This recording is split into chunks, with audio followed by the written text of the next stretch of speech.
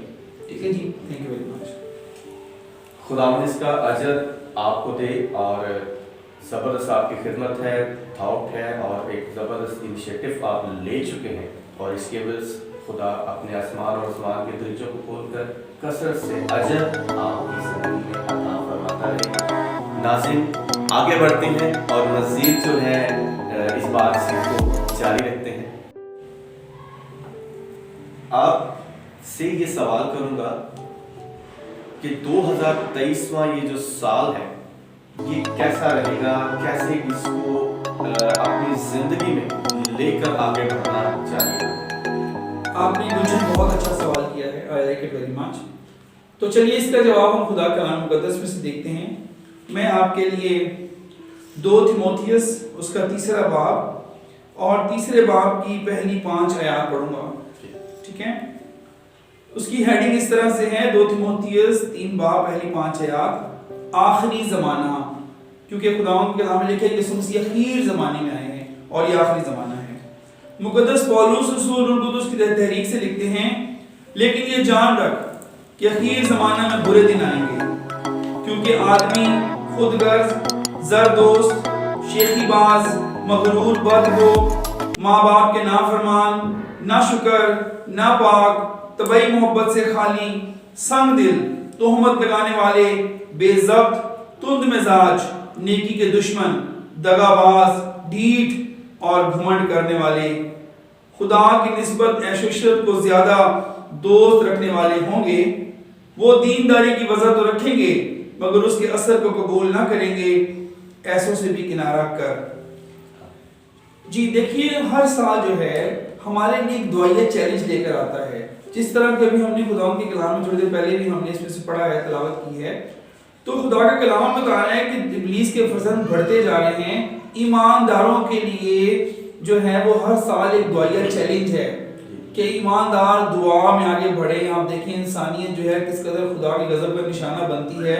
سیلاب دیکھیں، دیگر آفات دیکھیں. تو اگر ہم دعائیہ زندگی میں کامیاب ہو جاتے ہیں، دعا مانگنا سب سے زیادہ مشکل عمل ہے. تلاوت کرنا ایزی ہے، چرچز بنانے ایزی ہیں، سجانے ایزی ہیں، لیکن دعا کے پہاڑ پر چڑھنا مشکل ہے. تو اگر ہم اس سال اپنے نوجوانوں کے لیے دعا کریں تو پھر ہماری نسلوں کے اندر کوئی مثبت پہلو نظر آئیں، تو میں سمجھتا ہوں اس طرح سے ہم سال کو مبارک بنا سکتے ہیں. ورنہ تو بالکل ایسے ہی ہے جیسے گندے تکیے کے اوپر ایک سفید گلاف چڑھا دیتے ہیں. نیا سال اور پرانا انسان یہ تھوڑا نامناسب ہے. تو نیا سال مبارک کہنا کوئی ایسی غلط بات بھی نہیں ہے, لیکن اس کے اگر آگے چل کے پہلوؤں کو دیکھتے ہیں تو خدا کا کلام ہمیں اور بہت ساری چیزوں سے آگاہ کرتا ہے اور ہمیں دعائیہ زندگی کی طرف لے کر آتا ہے, اور بہت ساری خرابیاں ہیں جو ایماندار اس سے بخوبی واقف ہیں. بائی دا وے خدا آپ کو برکت دے. ہم آپ کے لیے اسی طرح ایک نئے سیگمنٹس لے کر پیش ہوں گے آپ کی خدمت میں, اور ایمان رکھتے ہیں کہ آپ ہمارے ان تمام سیگمنٹس کو دیکھ کر ایمان میں مضبوط ہوں گے. آج وقت ہے, جیسا سر نے ہمیں بخوبی کلام مقدس میں سے بتایا کہ ہمارے لیے جو آنے والا وقت ہے اس کے لیے ہمیں تیاری کیسے کرنی ہے. وہ تیاری ہے آپ کو شخصی طور پر روحانیت میں مضبوط ہونا ہے, ایمان میں مضبوط ہونا ہے, دعا گو زندگی جو ہے وہ اپنی مضبوط طرح سے مضبوط بنانی ہے, تاکہ آپ اپنے آپ کو سکیور کر سکیں, اپنی فیملی کو سکیور کر سکیں, اپنی روحانی اور جسمانی زندگی دونوں کو سکیور کرتے ہوئے خدا میں آگے بڑھیں, کیونکہ دن بہت برے ہیں. خدا آپ کو برکت دے. God bless you.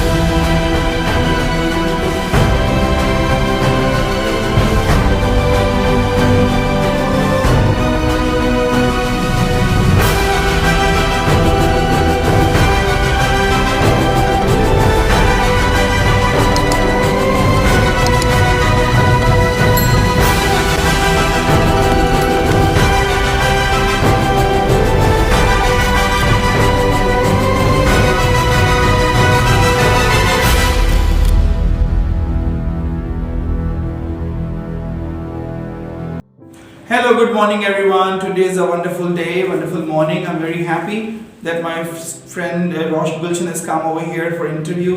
He's running a YouTube channel, FOJ, and it's a wonderful channel. I'm very thankful for him that he came to my center for interview, and he's really doing a wonderful job. He's going to different servants of God, and he's taking interviews and taking the Bible studies for the audience. I'm very happy to see all this. So I highly appreciate his channel, FOJ. May God bless the channel. May God bless his team, his all vision. May God bless them. Thank you very much. May God be with you.